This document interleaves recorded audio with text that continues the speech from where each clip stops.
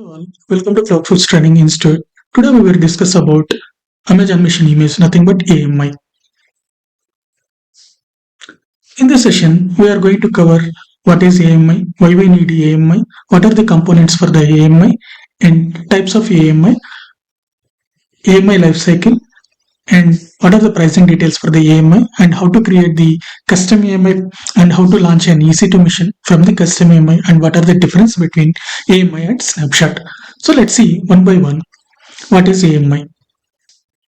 AMI, nothing but Amazon Machine Image, is a pre-configured template which is used to launch Amazon EC2 Instance. So it contains operating system, installed softwares, application configuration files, and storage settings and other things. So it has all the details. So whenever you launch an EC2 instance, you have to must choose AMI. So why we need an AMI? Imagine you are working in a company where you need to launch 50 or 100 servers. So if you don't use AMI, every time you need to create EC2 instance and you have to install the operating system, you have to install the applications, and you have to install the other prerequisite softwares, and you have to copy the files, everything. So it's a time consuming process. Instead, you can use the one EC2 instance exactly the way you want and create an AMI from it. So whenever you need another server, simply launch new EC2 instance using that AMI. Let's see practically. I have an existing server and I have logged in. Let's see what are the softwares it is installed. Okay. So these are the softwares already installed in my existing server. For example, Datadog I have, Nginx I have, and some other I have. Okay. Currently I'm in root directory, pwd. So under root, let's see what are the files I have. So I have only Datadog installation log file only. So I'm creating some files here. Touch file 1, file 2, and file 3. So these are the files I have created. And let's see what are the users available in password file. So I have only Apache, DD-agent, Nginx. I don't have any system users apart from EC2-user. So now I'm creating one user ID, Shiva. So ID Shiva. Let's see in the password file.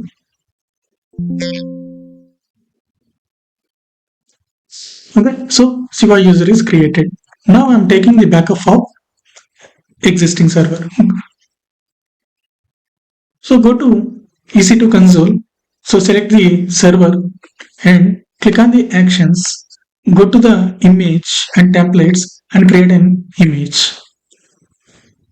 Existing, so I'm giving any name. I'm taking backup and okay. Storage. So I have only existing EBS value. So I'm taking it. So if you need to modify the size, you can change it. If you need to 100, you can keep. Or if you want to add one more EBS value, you can add it. So as of now, I'm leaving as it is. So giving the name like this and I'm creating the image. It will take some time. So currently creating AMI. Okay, you can click here or you can go to AMIs. So currently it is creating. You can see the status is pending. It should be available. You can also see progress status. Come here and click on the snapshot. You can see here how much percent is completed. So snapshot status also you can see. So it should be 100% and snapshot status should be available. It will take some time, guys. So after some time, it came up like status is showing available. Let's see the storage status as well, like a snapshot. It will also create this snapshot because we are taking the EBS value as well, right, as a backup. So let's see, it is 100% and status is completed, and you can also see the snapshot here. Okay, one snapshot is created from the existing EBS volume of the existing server. So AMI is available now. You can launch the server. I'm selecting it and launch instance from AMI. You have to choose this one. Give it some name, cloud-1. Okay, if you see, name is already there, AMI ID, this one. Okay, I'm not selecting anything. T2, T3 micro instance type. Keep it existing one I'm selecting. So apart from that, I'm not selecting anything. So just I have chosen keep pair existing one and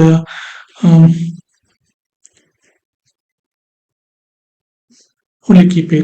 Okay, that's it only I have chosen. If you need to create one more new key pair, you can also create.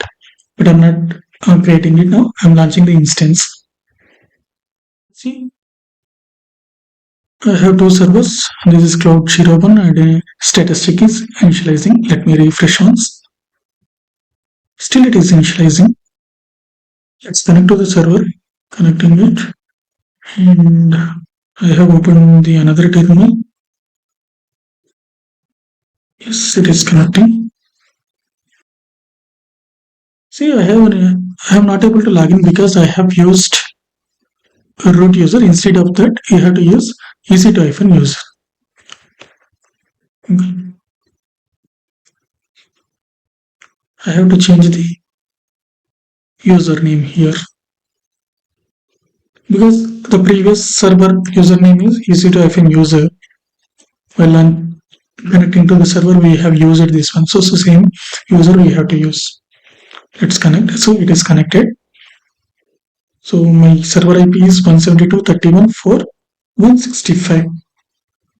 Let's see same server I have connected or not. Yeah, 172.31.4.165. Okay, I'm connected to the sudo.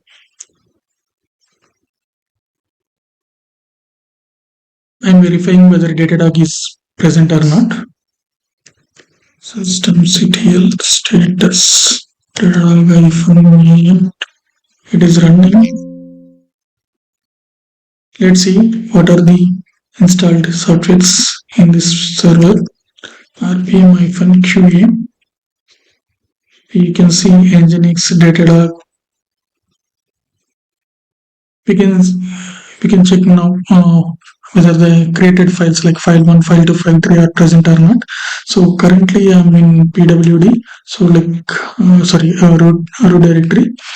In root directory we have created, right? Yeah. So file1, file2, file3 it is created.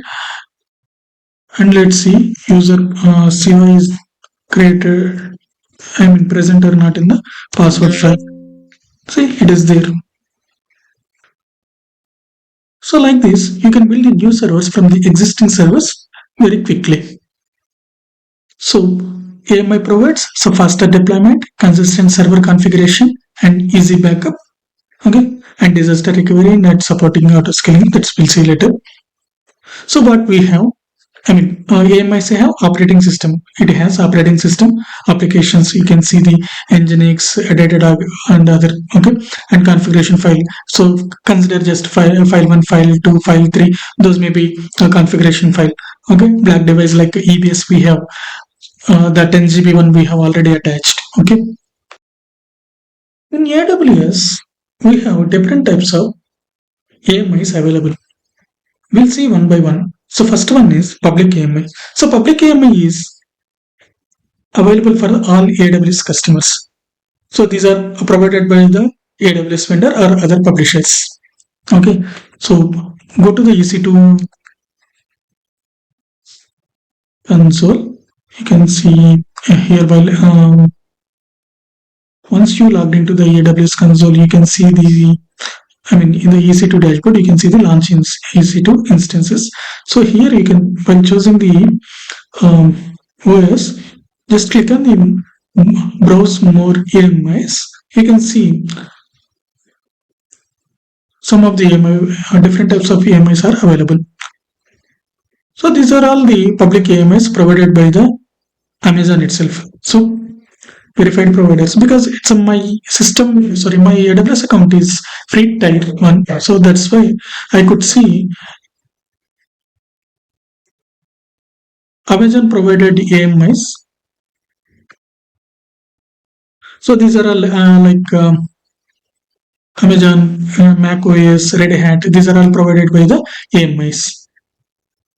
And my AMIs means it's a private one.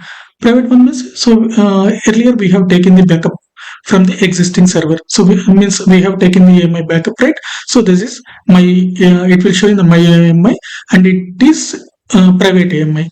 Okay, so this is another type, private AMI. So it is created within the organization. Consider you are working in an organization, and this AWS account is related to your organization. So the what are the AMIs created by your organization, it will show here. And another type is marketplace.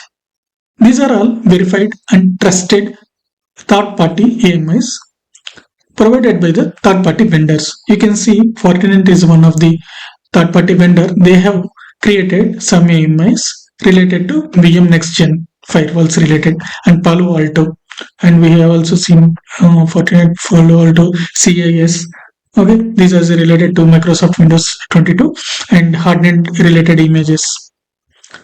Let's see any other vendors we have. So we can see Ubuntu also created some images. Cisco also created some images related to firewall. So if your application is related to networking applications, if required firewall related OSs, you can choose the AMI. Okay, and we have community AMIs also. These are published by organization or maybe third party, not third party, so outside like users. So you can create your OMIs, and you can publish it. So these are not trusted one. AWS also will not verify. So we should not choose in your organizations these type of AMIs. It's not a secure one.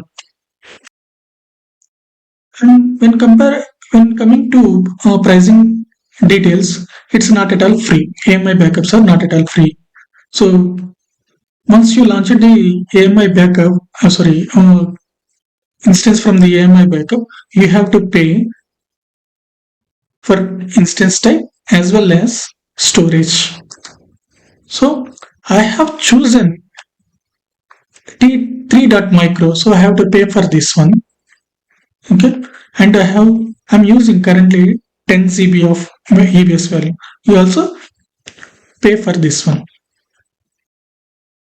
So you have to pay EBS snapshot created by the AMIs and standard EC2 and EBS charges, like these snapshots also, like a snapshot also created, right? This one. Now let's see the difference between AMI and snapshot.